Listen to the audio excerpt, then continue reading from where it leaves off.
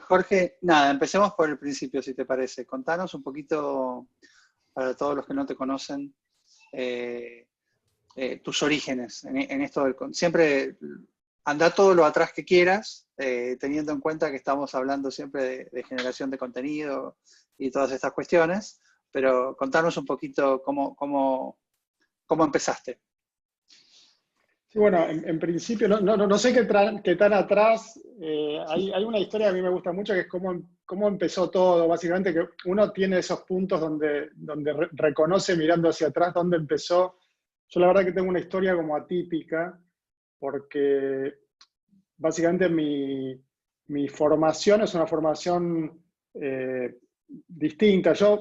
Distinta y quizás muy similar a la de muchos de ustedes. Yo básicamente no ingresé a una escuela de cine, yo inicié estudiando economía. Mientras estaba estudiando economía, en primer año tenía amigos que estudiaban teatro, compañeros del secundario, y fui a ver una muestra de teatro, estudiando economía. Y finalizando esta muestra, lo que me pasó es que sentí como una emoción cuando vi. Yo no tengo vínculo o no tenía vínculo con la escritura, no tenía vínculo con actividades específicamente creativas. Mi papá es contador, mi mamá era odontóloga, no estaba expuesto a este tipo de propuestas y sentí algo muy especial. Y en ese momento les pregunté a mis amigos cómo es que se estudia teatro. Entonces empecé a estudiar teatro en paralelo a mi carrera. Y en el segundo año ya pasé de profesor. Al cuarto año, en el grupo de teatro, viene un grupo del ENERC a las clases de teatro. Y ahí es que Lucrecia Martel era una de estas chicas que llega a la clase de teatro y me propone actuar en un minutometraje, en el minutometraje de tesis de uno de sus cortos. Ahí yo participo de ese corto y mientras estaba actuando me quedo empujando el carro, le pregunto cómo es que se estudia cine, porque también me parecía fascinante, y empecé a estudiar cine. Y bueno, esa es mi carrera, o sea, así inició mi carrera. Después empecé a trabajar en la industria y básicamente me formé trabajando. Me formé trabajando, estudiando también, pero el trabajo y lo random del trabajo y los distintos puntos que fui tocando a medida que experimentaba y desarrollaba, me fueron llevando a descubrir esta profesión, ¿no? Uh-huh. ¿Y en qué no quiero desviar, pero sí me parece interesante, no sé si a vos te pasó? Yo me acuerdo haber ido a estudiar cine a Estados Unidos, convencido de que yo quería ser director de cine, hasta que tuve la primera clase de guión. Y después de la primera clase de guión dije, no, pará. Acá está todo. Es esto lo que yo quiero. Y recuerdo, tener esa revelación ya en la facultad, convencido de que iba a hacer otra cosa. ¿En qué momento, si encontrás algún momento equivalente, te pasó eso con el desarrollo de contenido? No, a mí lo que me pasó es que yo había hecho una carrera de dirección, básicamente asistencia de dirección, como que todos queremos dirigir. Entonces en un momento uno direcciona hacia ahí, valga la redundancia, y lo que me pasó en un momento es que estaba haciendo un taller con Miguel Pérez de montaje, y en el taller vimos las 3 películas del Padrino, las analizamos una atrás de la otra, y adicionalmente en ese momento estaba trabajando en el ciclo de Polosecchi de documentales, y crucé uno de los proyectos documentales que estábamos trabajando con Polosecchi con El Padrino, y ahí me cayó la ficha y me imaginé toda una serie.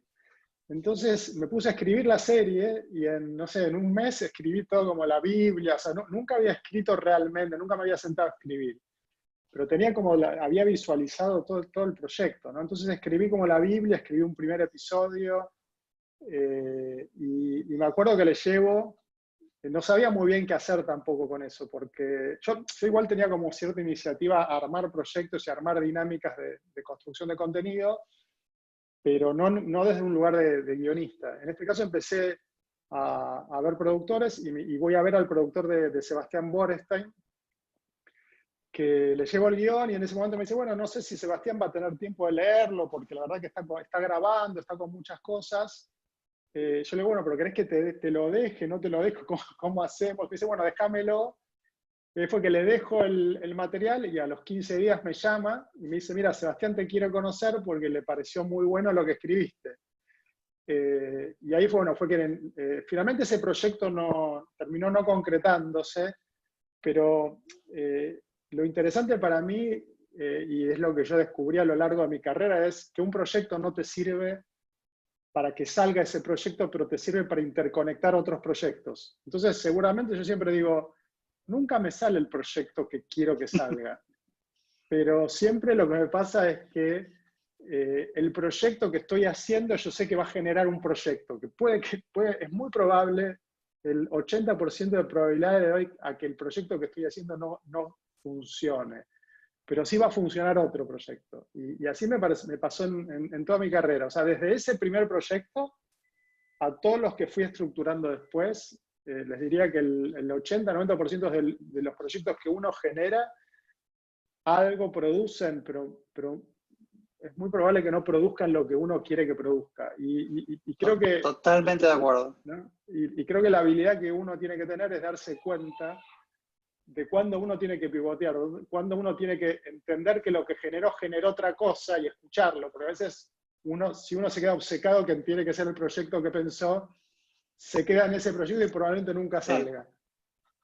Bueno, yo siempre digo, porque esto es muy difícil que interiorizarlo si no te cae a vos esa ficha, ¿no? Entonces yo siempre le digo a los alumnos que lo peor que uno puede hacer es obsesionarse con ese proyecto. Simplemente es hacer todo lo humanamente posible y entrar a las ventanas y puertas traseras y baúles que se abren por ese proyecto y por ese envión.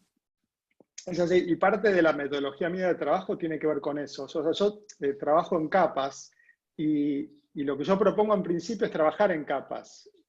Porque el proyecto que uno está generando es probable que ni siquiera esté maduro para ser presentado. O sea, uno lo termina y cree que está buenísimo, que está maduro, pero muchas veces deja pasar un mes y se da cuenta de todos los problemas que tiene ese proyecto, que en ese momento uno no lo veía. Entonces, y esa es parte de la creación. A veces uno espera que después de 15 días de trabajo el proyecto sea fantástico, y en general lo que pasa es totalmente lo contrario. Es la fábula de Rocky, ¿no? Que todos los alumnos terminan hablando, pero Rocky, Sylvester Stallone la escribió en una noche.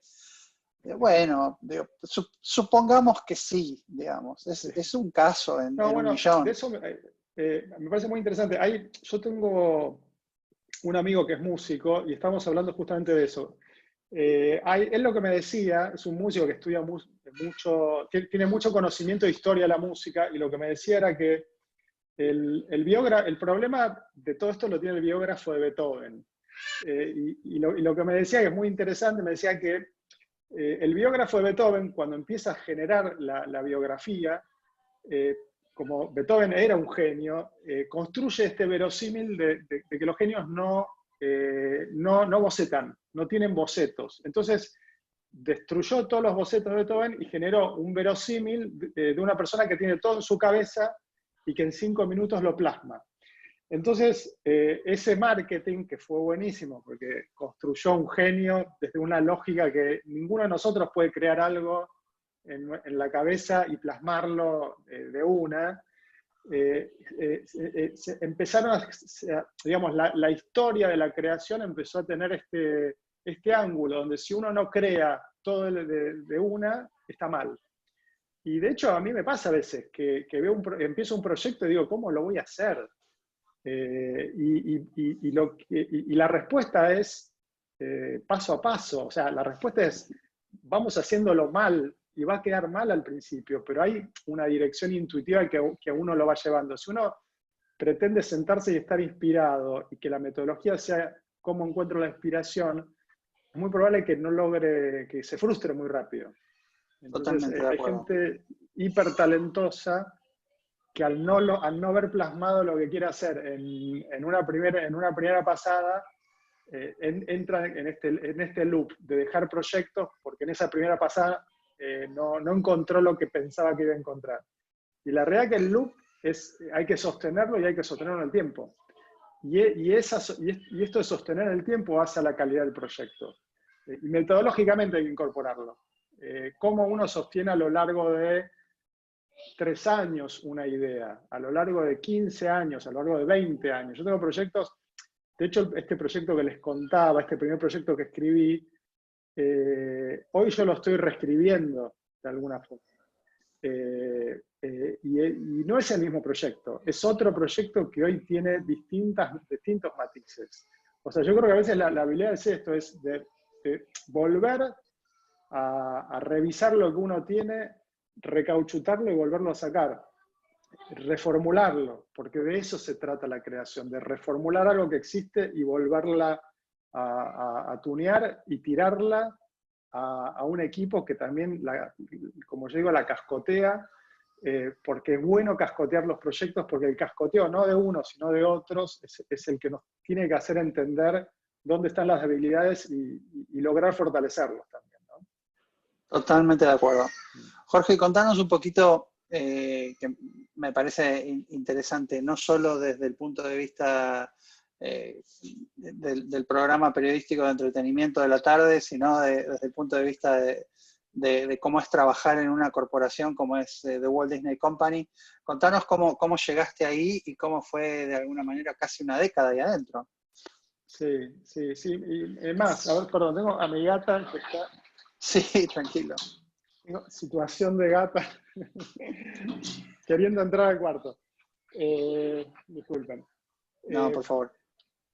En principio, de la misma forma como empezó todo. Yo empecé con un proyecto. O sea, ahí es donde cuando yo les digo, todo empieza por un proyecto y ese proyecto se transforma en otro proyecto y es en otro proyecto. Yo empiezo, en un momento ya empiezo a generar sistemáticamente proyectos. Básicamente proyecto para mí es una biblia de proyecto con descripción de personajes, de mundo, conflicto. Y además, y podría tener un guión también, pero en principio la carpeta del proyecto es lo que genera que la rueda empiece a moverse. Había desarrollado una cantidad de proyectos que presenté en Discovery.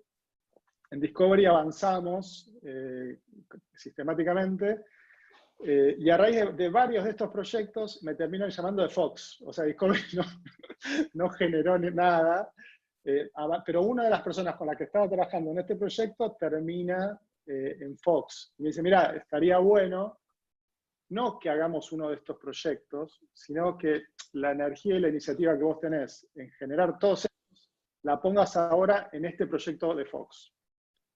Entonces empiezo a generar proyectos para Fox.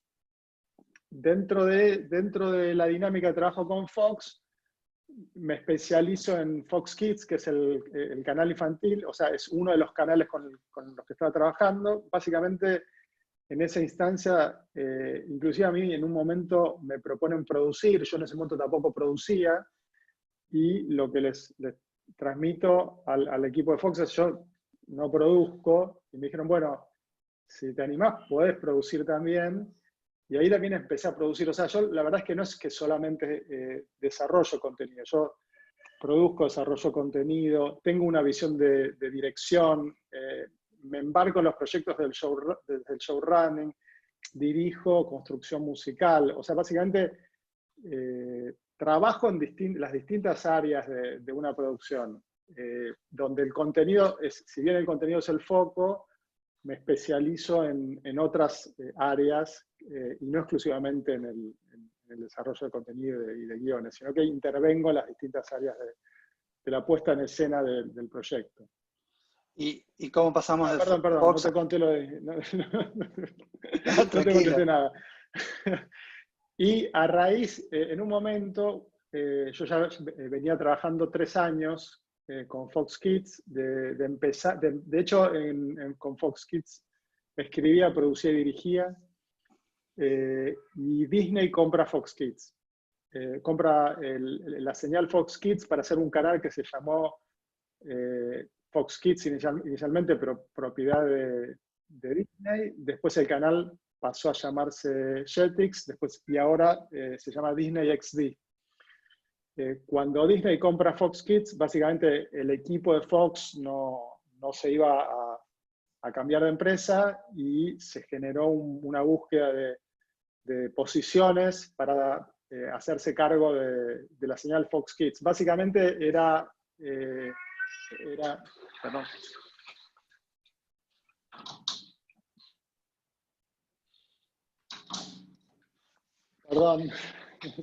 Perdón por el momento doméstico. Tranquilo. Momento doméstico es parte del Zoom. Entonces, en ese momento, yo era una de las personas que más conocía el canal, la gente de Disney no lo conocía, y me ofrecen el trabajo. Básicamente, cuando me ofrecen el trabajo, era un trabajo para el área, era para hacerme cargo del área de promociones, de promocionar los shows. Había desarrollo de narrativo publicitario y desarrollo de contenido corto. A mí me pareció muy interesante. Yo en principio lo que les digo, miren, yo estoy ahora produciendo, dirigiendo, escribiendo, la verdad es que está buenísimo lo que me ofrecen. A mí me gustaría armar contenido de formato largo. Esto no es exactamente lo que a mí me interesa, pero me parece muy interesante la propuesta de cualquier forma. Y lo que me dijeron, bueno, Disney es una empresa grande, si a vos te interesa otra cosa, tenés posibilidad también de escalar y de cambiarte y demás. Y fue tal cual. Yo ingreso en Fox Kids trabajando con Disney y después termino a los pocos años armando el área de contenido para Disney Latinoamérica. En ese momento en Disney Latinoamérica no existía el área de contenido, entonces yo fui quien creó internamente en la empresa el área de desarrollo de contenido y la llevó hasta lo que soy. Yo hace 4 años que ya no estoy en Disney, pero básicamente el startup de toda esa área, hasta básicamente las series que hay ahora al aire, producidas y creadas en Latinoamérica, las dirigí yo desde ese área. Contale un poco algunos ejemplos, solo para el que no está muy al tanto porque ya no mira el canal o no tiene hijos. Sí, bueno, quizás las más exitosas, Violeta, que fue la primera telenovela con foco a una línea juvenil que desarrollamos internamente y tuvo como un éxito internacional muy grande. Después hicimos Soy Luna, Junior Express con Topa, El Jardín de Clarilú, que es estos programas. Nosotros en Disney desarrollamos contenido preescolar, que es contenido básicamente para chicos de hasta 6 años. Live action, en general, prácticamente no desarrollamos animación. La animación como estrategia dentro de los canales de Latinoamérica, en general se la dejan a Estados Unidos y a Europa, que tienen como una industria de animación mucho más fuerte. Y después en Disney Channel, contenido para Disney Channel y para Disney XD. Fantástico. Pasemos a hablar, si querés, un poquito de la metodología que desarrollaste, que entiendo que también, como todo, es un proceso. Si podemos, casi te diría que antes del principio es, ¿en qué momento sentiste que había algo que hacer ahí, desde lo metodológico? Sí, en principio, desde que yo me hago cargo del área de contenido, primero, a mí me costaba mucho.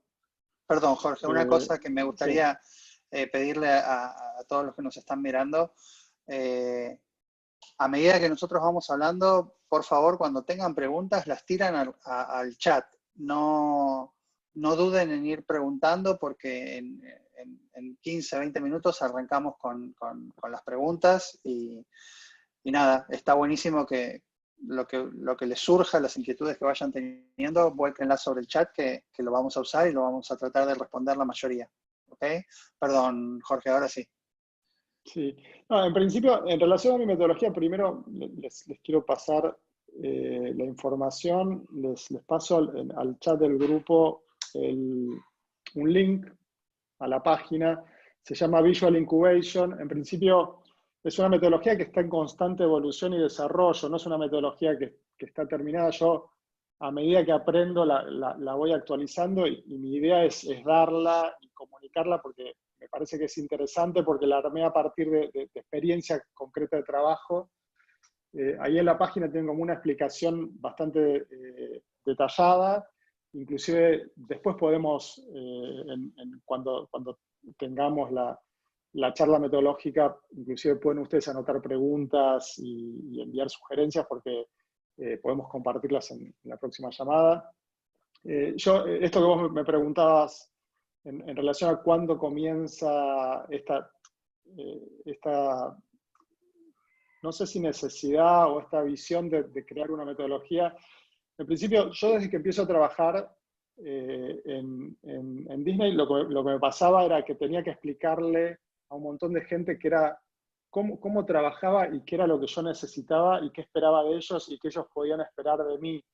Eso es algo que parece obvio, pero en general las reglas muchas veces en una empresa, y sobre todo en una empresa que está creando un sistema de trabajo, no están claras. Entonces yo armaba PowerPoints y presentaciones donde explicaba cómo se trabajaba. Explicaba cuál era el objetivo, cuáles eran las instancias, cuáles eran los pasos, qué feedback necesitaba del CEO, qué feedback necesitaba de marketing. Básicamente, la metodología que yo construí es una metodología de trabajo profesional en una industria donde hay una necesidad comercial de generar un producto que esté avalado, no sé, que esté avalado, perdón, y que esté avalado, consensuado y de alguna forma alineado y abrazado por toda la empresa. Yo lo que veía en muchos proyectos es que en general hay temas de egos en todas las dinámicas, y cuando uno le abre el micrófono a todo el grupo y a todo el equipo, y cuando cada uno empieza como a manifestar opiniones, sumar feedback y demás, se genera como una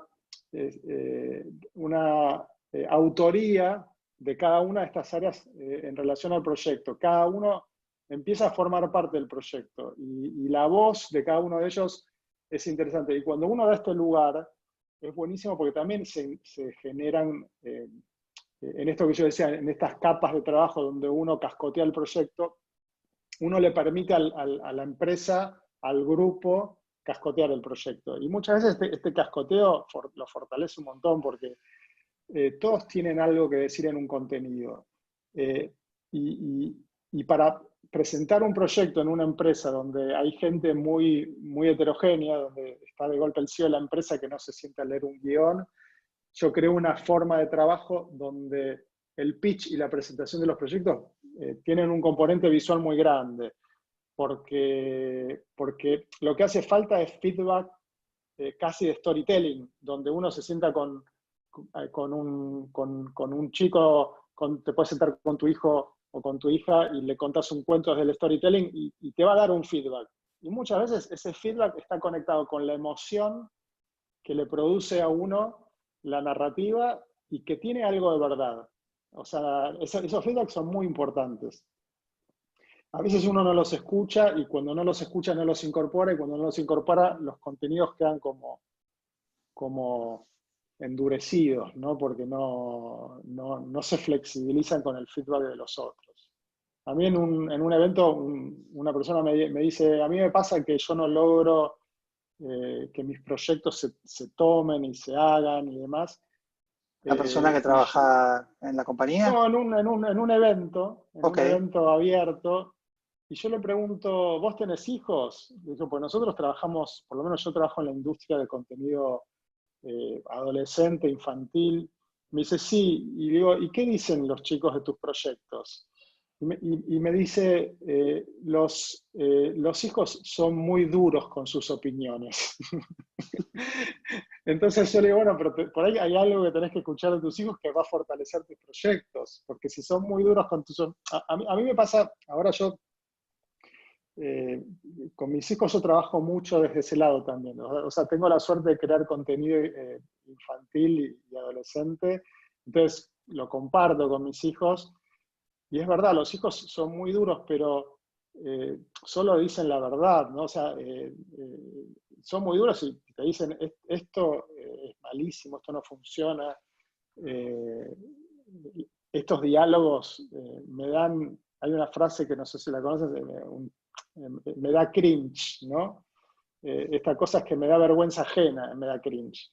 Entonces, un colaborador, no le diría a uno que algo que uno hizo le da vergüenza ajena, o sea, como demasiado duro, pero un hijo te lo puede decir, y la verdad que es valioso ese feedback. O sea, uno para mí tiene que estar dispuesto a correr el ego y a tomar feedback de los otros. Y eso fortalece el contenido. Si uno no corre el ego y el feedback de los otros tiene que ser que está buenísimo lo que uno hace, el desarrollo de lo que uno esté haciendo pierde un valor enorme.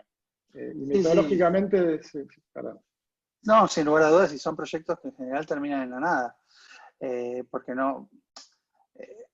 La naturaleza del contenido es colaborativa. Incluso si tu guión no necesita que le corrijas una coma, van a empezar a participar otros jugadores que lo van a hacer propio. Entonces Sí. es fundamental eso.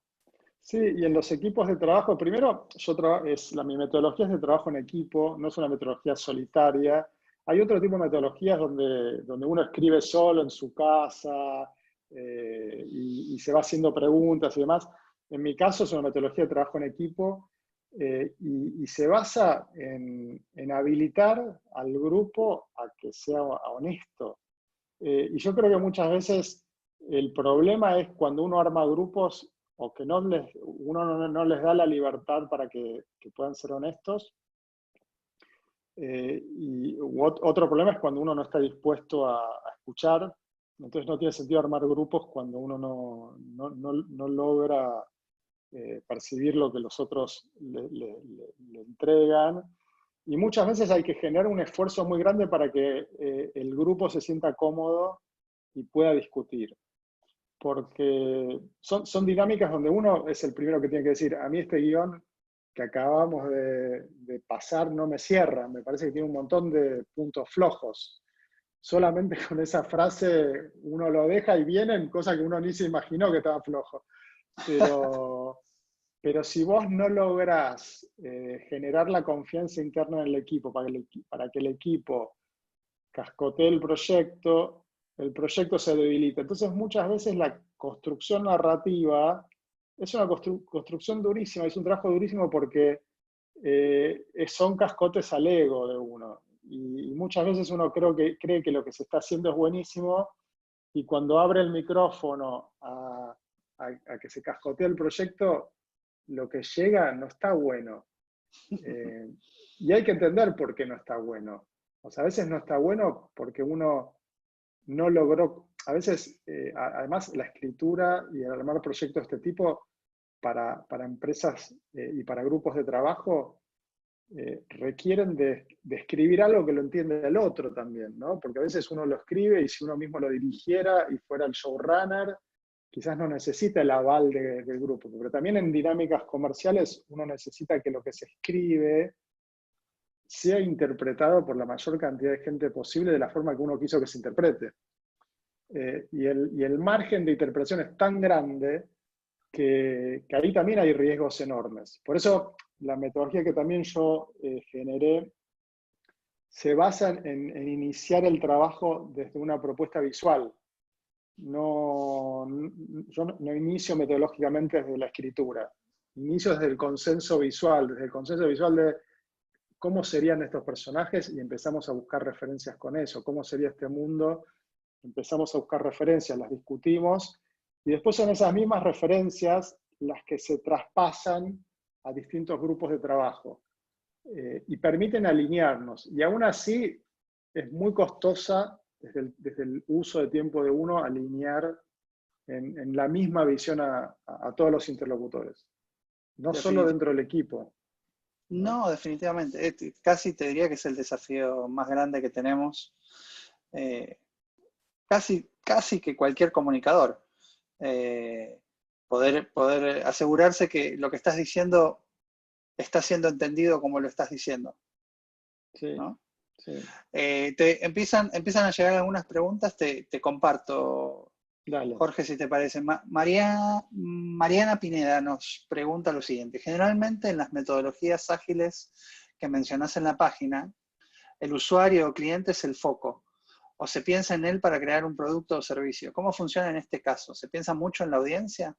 ¿Nos podés contar un poco más de la experiencia de Film Andes utilizando la metodología? ¿Cómo la aplicaron? ¿En qué instancia?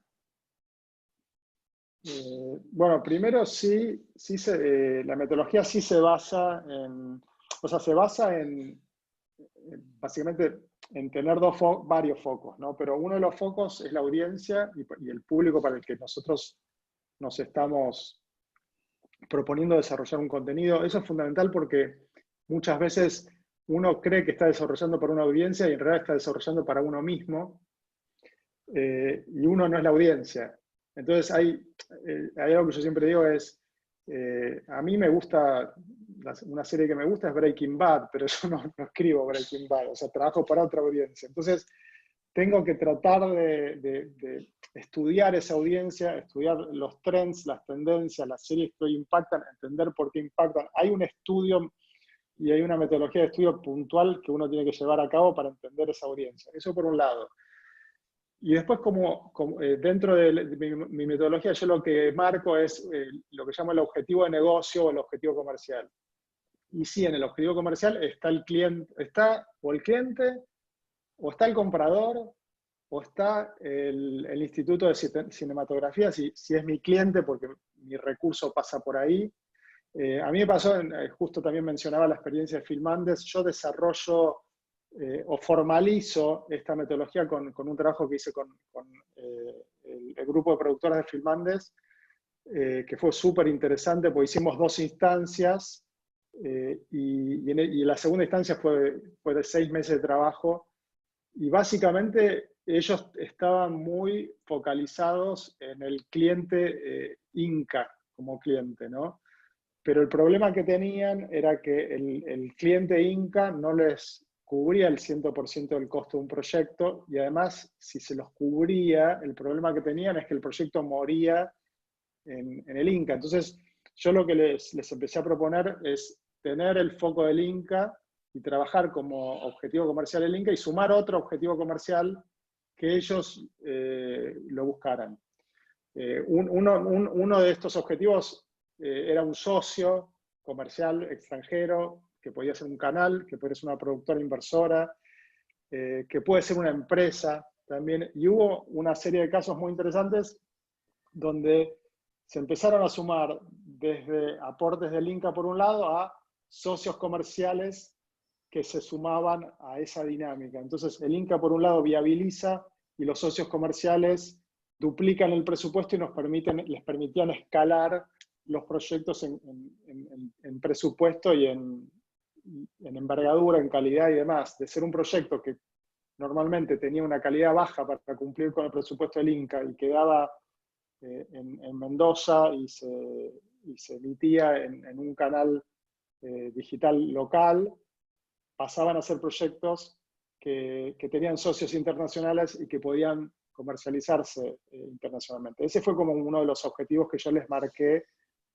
en el desarrollo. Y básicamente fue desarrollar o ayudar a desarrollar los contenidos que ellos ya tenían en proceso, agregándole estas variables, porque estas variables modifican el contenido. Digamos, en el momento que yo construyo un contenido para Disney, para Netflix, para Cartoon, para Nickelodeon, estoy modificando el contenido. O sea, no es el mismo contenido que yo me imaginé. Por eso, a mí, en general, yo no trabajo para lo que yo quiero. Hay gente que sí trabaja para lo que quiere. Hay gente que tiene la suerte de decir, bueno, la suerte o no, a mí cuando yo digo qué quiero, a mí me cuesta pensar qué quiero yo ahora. O sea, yo ya tengo como un oficio donde me cuesta mucho decir, bueno, ¿cuál es la historia que yo quiero contar? A mí me enamoran un montón de historias, me enamora lo que hago, me enamoran historias que no son mías, y me cuesta mucho pensar qué es lo que yo quisiera. O sea, y por eso también tengo bastante facilidad en entender qué es lo que quiere el otro, qué es lo que quiere un Disney, un Netflix, y me pongo en el lugar de ese comprador o de ese network, y puedo construir para el network porque salgo de mí mismo y veo lo otro, veo lo que quiere el otro. Y ese es el ejercicio que les propongo también, ¿no? O sea, hay que hacerlo. Esto es como yoga. O sea, no es que Yo hoy les puedo contar cómo trabajo, les paso mi página. Muchos de ustedes están y deben tener conocimientos de escritura, pero esto es yoga. O sea, uno puede estar alfabetizado físicamente y hacer deporte, les pueden contar cómo es una clase de yoga, pero es un proceso y hay que hacerla, y uno va descubriendo a lo largo de todo ese proceso cómo las posturas van tomando efecto y cómo a uno le sirven en su propia dinámica corporal. Esto funciona de la misma forma. Clarísimo. Pasamos a otra. El iPhone de Guadalupe pregunta: siempre que se empieza a crear un contenido, ¿se piensa primero en la tesis, en lo metafórico, digamos, o se arranca con un argumento que luego se amolda al mensaje que se quiere transmitir? No, bueno, yo lo que propongo, o sea, no hay una forma, ¿no? Yo lo que propongo es que el desarrollo de contenido puede empezar desde cualquier lugar. A mí, en general, algunas dinámicas que me inspiran mucho a desarrollar contenido son lo que yo llamo las sorpresas. ¿Qué es lo que a uno le sorprende? Por ejemplo, hay una serie de Netflix que es una sitcom, pero es una sitcom, a diferencia de todas las sitcoms que uno vio, que es de dos amigas, es para chicos además, son dos amigas y una de ellas tiene cáncer. Son dos protagonistas. Y cuando comienza el primer episodio, la chica que tiene cáncer empieza con una quimioterapia, y además es una sitcom, le estoy contando algo que piensen no sé cómo le suman humor, pero bueno, lo hicieron. Y la mejor amiga, cuando ella empieza la quimioterapia y que pierde el pelo, se rapa para estar tan pelada como su amiga, en señal de afecto y de querer acompañarla. Esa inspiración, la creadora de esa sitcom la tomó de una nota de prensa. Entonces, ¿y por qué? Porque esa acción fue real y esa acción la emocionó y esa acción la inspiró a contar algo. Entonces, ¿de dónde empezó esa historia? De dos amigas adolescentes que tuvieron este conflicto y que generaron esto. Ahora, ¿cómo se construye toda la historia? No lo sabemos. Y ahí son capas de trabajo que van escalando, pero a veces yo lo que hago es eso, hay algo que a mí me conmueve, a mí o a otro. A veces, yo por ejemplo ahora estoy trabajando en un proyecto donde uno de mis hijos cuando era muy chico me dice, nos metimos en una cuenta de un amigo, no sé si creo que era Twitter en ese momento, y entre todos usando la misma cuenta les generamos una cantidad de likes y de seguidores en un día, 1000 seguidores en un día, entrando y haciendo cualquier cosa entre todos. Entonces, bueno, a mí eso me inspiró a contar una historia. Porque a mí me pareció que a mí me sorprendió eso que me dijo, y a él lo había sorprendido, porque me lo contó. Entonces, muchas veces las cosas que a uno les cuenta, o sea, un cuento chino, la película hay infinidad de ejemplos, ¿no? Pero a mí me pasa que muchas veces esa es una motivación súper importante. A veces, y es un inicio de historia, la historia puede empezar de cualquier lado, pero no sabemos cuál es la historia. Entonces la dejamos plasmada y es una capa de la primera construcción. A veces eso puede como volver en un año o dos. O sea, estas son historias a veces que yo como las registro, intento ver hasta dónde llego y las dejo. ¿Por qué? Porque hay un punto donde uno se siente como frente a una pared también, y de la historia llegó hasta ahí y le falta. A veces le faltan personajes, investigación. Entonces, y en otras situaciones uno inicia por otro lado, inicia por un personaje. ¿Por qué? Es un personaje que le genera algo atípico, le genera algo distinto, y cree que ese personaje, una persona que puede tener una fobia. Yo, por ejemplo, en un momento me llamó mucho la atención una chica que tenía una fobia que se llama agorafobia. No sé si la conocen, es una fobia básicamente a los espacios abiertos, pero terminás no saliendo de tu casa. Y era una chica que con esa fobia había desarrollado en su casa todo un sistema de grabación de audio y cantaba y hacía videos por streaming con una voz espectacular, toda tuneada desde su casa. Y que me pareció algo increíble. Ahora no hice nada con eso, pero sí me parece que hay algo buenísimo, hay un personaje buenísimo, que no sé cómo sigue la historia, no sé, pero solo eso a mí me llama la atención y me parece interesante. Y es un personaje y una situación. A veces puede ser solo un personaje, o a veces puede ser una hipótesis, y a veces puede ser lo que yo llamo una necesidad comercial. Por ejemplo, nosotros cuando en Disney desarrollamos Violeta, Violeta termina siendo un éxito y se transforma en que la necesidad comercial es generar formatos de ese tipo. Entonces uno empieza a desarrollar un contenido con una necesidad comercial, que es, hay que desarrollar formatos de este tipo, el formato que se desarrolle tiene que ser distinto al que ya se desarrolló, que es otro de los objetivos. Entonces uno empieza ya a desarrollar con parámetros, que es otro ejercicio también. Entonces la inspiración muchas veces está cruzada con las necesidades que define, en este caso, la empresa. Y que lleva tiempo, no está muy claro. A mí me pasó, por ejemplo, en un momento que me habían propuesto, se había propuesto reemplazar un formato de Disney Channel que se llamaba el Zapping Zone.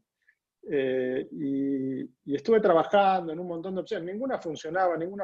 Y en un momento, un productor con el que trabajaba viene y me dice, yo creo que los pijamas party están súper de moda, hay que hacer algo.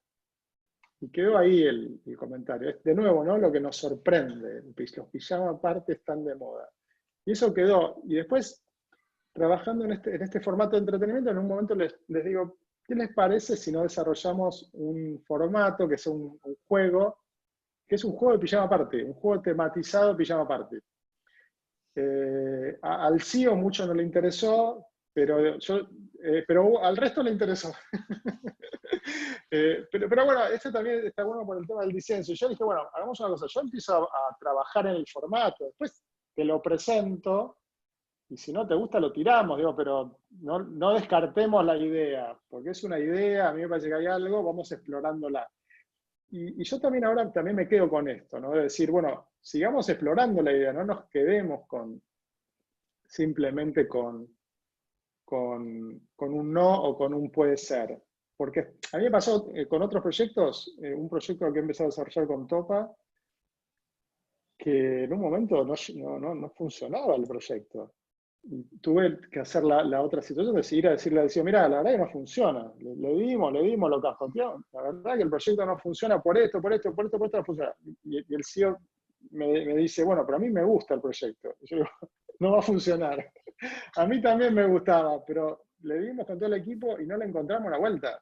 A veces hay que tener también un poco entre comillas, digo, el valor de decir este tipo de cosas, porque si uno se embarca en lo que yo llamo Fitzcarraldo, no sé si vieron la película Fitzcarraldo, si no la vieron se la súper recomiendo, pero Fitzcarraldo, bueno, se las voy a spoilear a los que no la vieron. Fitzcarraldo en un momento está en un barco y tiene que cruzar, llega en un barco navegando por el Amazonas y el río no puede seguir el río. El río tiene una montaña y del otro lado sigue el río. El río como que está como obstaculizado por esa montaña. Y todos dicen, bueno, nos volvemos. Y Fitzcarraldo dice, no, vamos a agarrar el barco y lo vamos a subir por la montaña y lo vamos a bajar desde el otro lado, ¿no? Y bueno, no le sale muy bien la cuestión. A veces uno genera ese tipo de cuestiones y avanza. También hay que saber cuándo frenar el proyecto y cuándo no subir la montaña. Sí, lo que pasa es que a veces uno invierte tanto tiempo en estas dinámicas de construcción de contenido que la verdad que bajar un proyecto es doloroso también, ¿no? Pero los proyectos son como hijos. Uno como que los quiere, los construye, aparte los construye y los alimenta por mucho más de 9 meses muchas veces. Entonces es muy difícil dejar un proyecto. Y Totalmente. a veces es mejor dejarlo cuando uno ve que el proyecto no avanzó, pero sí haciendo todo el esfuerzo de descartar todas las opciones y trabajar con gente que lo cascotee y que lo ponga a prueba, ¿no? Totalmente. Sobre todo. Totalmente. A ver, ahí se están animando y vienen así como una seguidilla de preguntas. Acá Mariano nos pregunta, ¿cuándo hablas que iniciás desde el concepto visual, te referís específicamente al diseño de personajes, a la imagen? O sea, ¿se podría trabajar con un ilustrador y luego de ahí construir el desarrollo argumental en escritura? Sí, sí.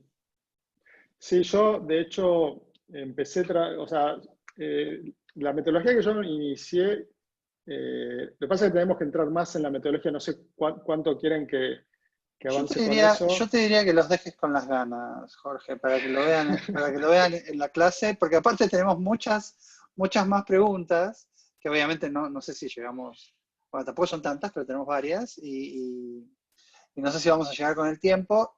Nada, un poquito, muy poquito, para ver si logramos contestarle la pregunta a Mariano.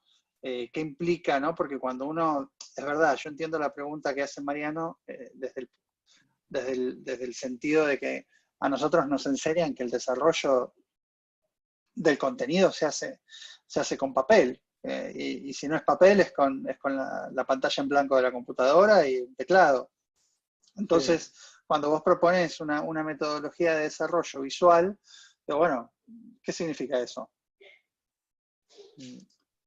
En principio, en relación a la pregunta de si uno puede trabajar con un ilustrador, sí, yo de hecho, eh, igual hay una herramienta que para mí es inicialmente fantástica, que hasta hace muy poco era súper complicado y en los últimos 5 años se sofisticó muchísimo, que es Google. Básicamente el buscador de Google de imágenes es espectacular.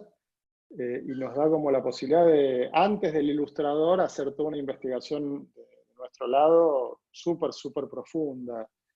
Eh, hay como muchas dinámicas de posibilidades. Y sin llegar al ilustrador, hay muchos proyectos que yo ya no uso el ilustrador porque solo con Google uno llega a tener una cantidad de referencias tan profunda y tan interesante que el ilustrador funcionaría si uno ya quiere como eh, llegar a algo mucho más preciso, ya hasta para brifear. De hecho, en la dinámica mía con Disney yo empecé a hacía las búsquedas en Google y después de hacerlas, como uno construye mundos a partir de mezclar mundos o personajes, sí contrataba un ilustrador y el ilustrador bocetaba. En el caso de Soy Luna, de hecho yo todavía tengo los bocetos del startup, en el caso de Topa también, del proyecto de Junior Express, y fueron muy útiles también para alinear, ¿no? Sí, el ilustrador es fantástico. Les puedo mostrar cómo funciona, no sé si es mostrarles ahora, pero yo también trabajo en una especie de board, un Compartinos. tablero. Sí, yo trabajo en un tablero, ahora les voy a mostrar un tablero, a ver, no sé si se está viendo. Sí, perfecto. Bueno, este es un tablero digital, un poco lo que me permite este tablero y tiene que ver un poco con la metodología de trabajo es que, supónganse, o sea, puedo generar, insertar imágenes y demás, pero les doy un ejemplo. Acá uno entra al buscador de Google y, por ejemplo, si nosotros vamos con un personaje, no sé, eh, algo, Bernabé, que a vos te parezca interesante buscar, Un vampiro ¿cómo? adolescente. Sí, sí, este vampiro, aparte lo interesante es, hagamos una cosa, todavía más preciso te permite ser Google. Es vampiro, adolescente, ridículo, ¿no? Veamos, porque a veces te da como cierta precisión, ¿no? Donde uno dice, bueno, quiero, entonces uno va seleccionando, ¿no? Las posibilidades, porque queremos hacer una parodia, todavía le damos un toque más a esto, ¿no? Una parodia de vampiro adolescente ridículo. Y empezamos a ver qué sale, ¿no? Nos salen memes, Me mata nos que salen... aparece Crepúsculo por todos lados. Sí, pero acá también lo que pasa es, estamos haciendo foco en el absurdo y en el ridículo de cómo podría ser Totalmente. una comedia de este tipo, ¿no? Entonces acá se seleccionan, vean que acá empiezan, esta herramienta me permite como traer las imágenes y las imágenes se empiezan a ordenar, ¿no? Entonces cuando...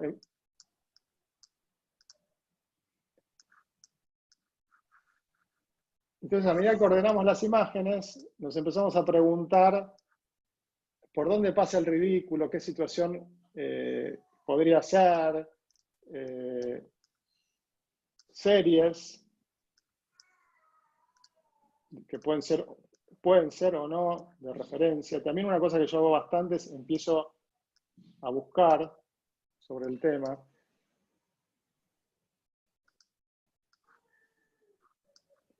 De golpe sale esta que no suma. Y entonces uno, a partir de esto, empieza como a explorar. Sí, me parece que queda claro conceptualmente de qué estamos hablando. Igualmente, chicos, nada, la metodología es parte de lo que vamos a ver en el curso y lógicamente tenemos asignadas varias horas para eso. No es el momento, pero dicho eso, a ver, Jorge, si querés dejar de compartir, te voy haciendo un par Dale. de preguntas más.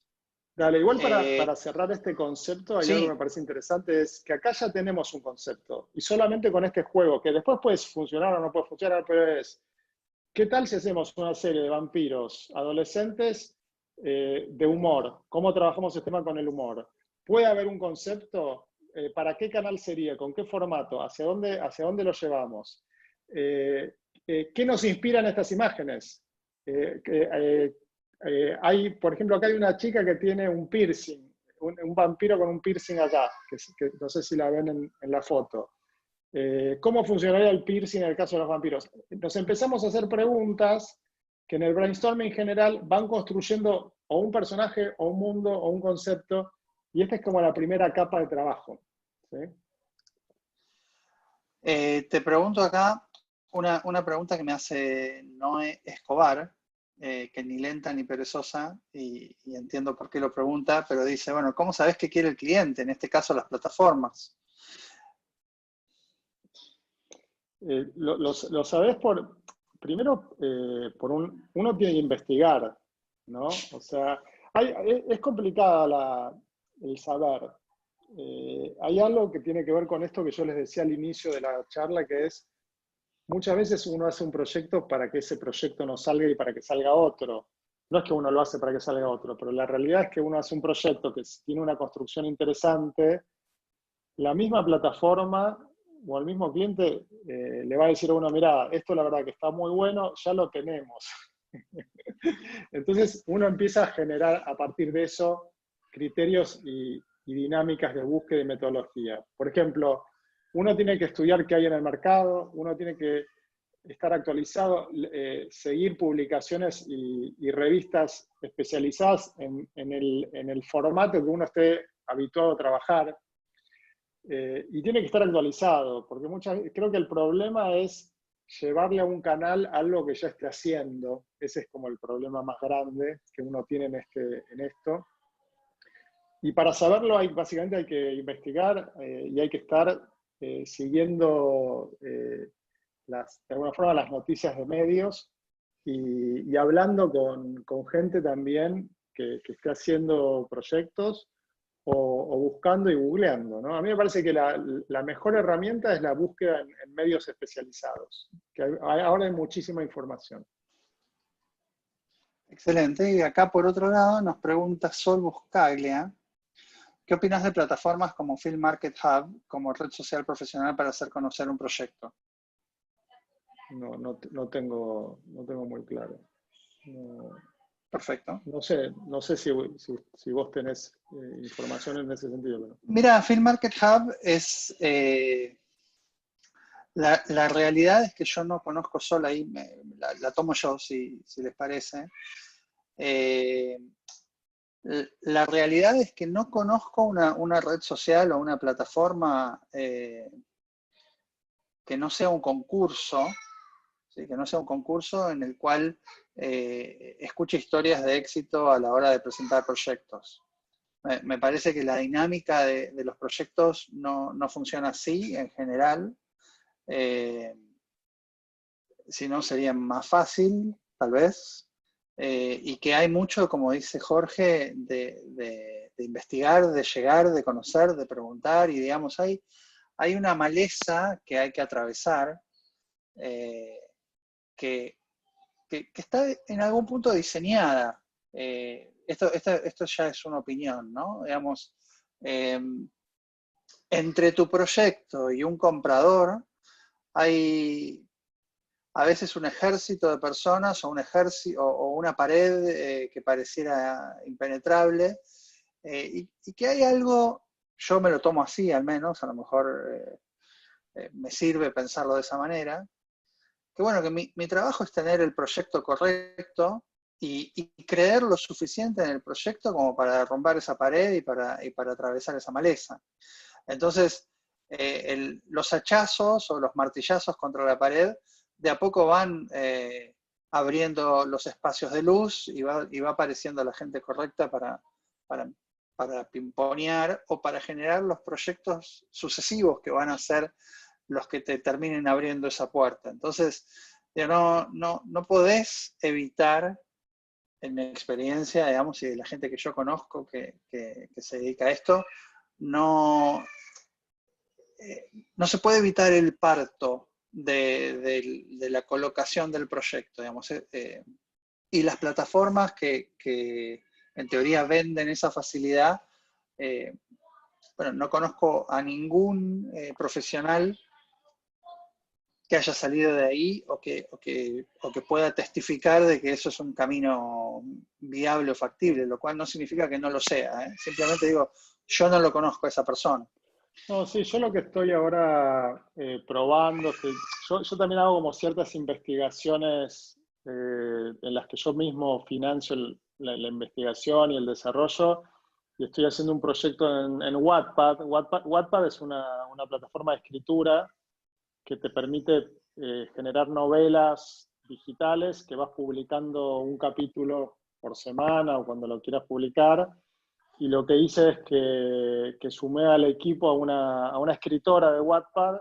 Yo tenía un proyecto que era televisivo y lo que hice fue como proponerle que lo escriba en formato novela, y lo estamos trabajando, y básicamente de Wattpad, sí, por cantidad de lectores, y tenés como métrica en tiempo real de tus publicaciones y comentarios de lectores, y eso te permite como ajustar el contenido a medida que lo haces, y además te permite picharlo en paralelo a canales o a networks de televisión mientras lo estás construyendo. Me parece que lo más cerca de una plataforma que te exponga contenido digital es esa, que yo estoy, ¿no? Pero uno tiene que tener como la inquietud de escribir una novela en lugar de escribir un formato televisivo que tiene otro esquema, ¿no? Está clarísimo. Si te parece, vamos a hacer una última pregunta y vamos empezando a cerrar el encuentro de hoy. Acá la pregunta es la siguiente. ¿Qué le recomendaría Jorge a alguien que quiere entrar en el mundo del contenido, ¿no? Atado de esto que estamos hablando de Field Market Hub y de su historia personal de haber venido a estudiar economía? Alguien que quiera entrar o dar un timonazo a su carrera, que tenés cierto afecto por esa persona y estás comiendo con él, ¿qué le decís si te pregunta esto? ¿Me repetís la pregunta? Claro, digamos, alguien que no necesariamente viene del mundo del contenido y que está pensando seriamente en tirarse de cabeza, vamos, ¿qué le recomendarías No, para que? bueno. Mira, quizás la primera recomendación sería lo que hice yo, que haga un proyecto, ¿no? O sea, creo que la única forma de ver si uno se siente cómodo en la generación de contenidos es hacer el proyecto y estar abierto a ajustarlo y cambiarlo y a recibir feedback de otros que te alimenten ese proyecto. Me parece que, y el resultado de ese proyecto te va a poner en contacto con otras cuestiones y otras dinámicas, que en algún momento te van a llevar a algo que no te vas a dar cuenta hasta que hiciste todo el recorrido. Pero para mí todo empieza con un proyecto. Desde el mismísimo inicio de qué profesión uno elige hasta qué propuesta le hace a un compañero de estudio. Los proyectos son los que abren camino al andar. Y después hay un libro que a mí me pareció muy interesante, que lo conocí muchos años después, que se llama, en inglés creo que es The Click Moment, y en español, existe en español, se llama El Momento Exacto. Y es buenísimo ese libro porque un poco lo que narra, hace como estudios de distintas empresas y cómo esas empresas llegaron a descubrir, desde empresas como Google hasta la empresa que hizo el Hotel del Hielo, creo que es en Finlandia, y cuenta cómo llegaron a eso, y no llegaron directamente. O sea, rápidamente, para los que no conocen la historia de Google, ellos desarrollaron un software que indexaba información en la web para vendérselo a Yahoo, y querían vendérselo por $1 millón. Terminan, mientras estudiaban en Stanford, y en teoría era parte de recuperar un poco el dinero que habían invertido en su educación.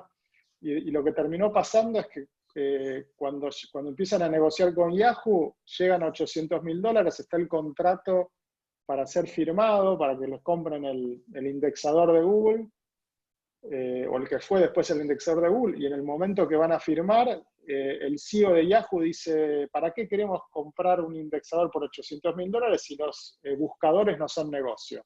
Nosotros tenemos este buscador, no ganamos un peso con esto, vamos a invertir además $800.000.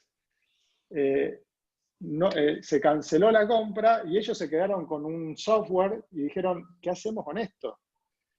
O sea, entonces, y todo empezó con un proyecto, y el proyecto no era hacer Google, el proyecto era otra cosa. Entonces, un poco lo que cuenta y lo que explica este libro es que uno tiene que hacer proyectos y aprender a recalcular a medida que estos proyectos no funcionan como esperamos.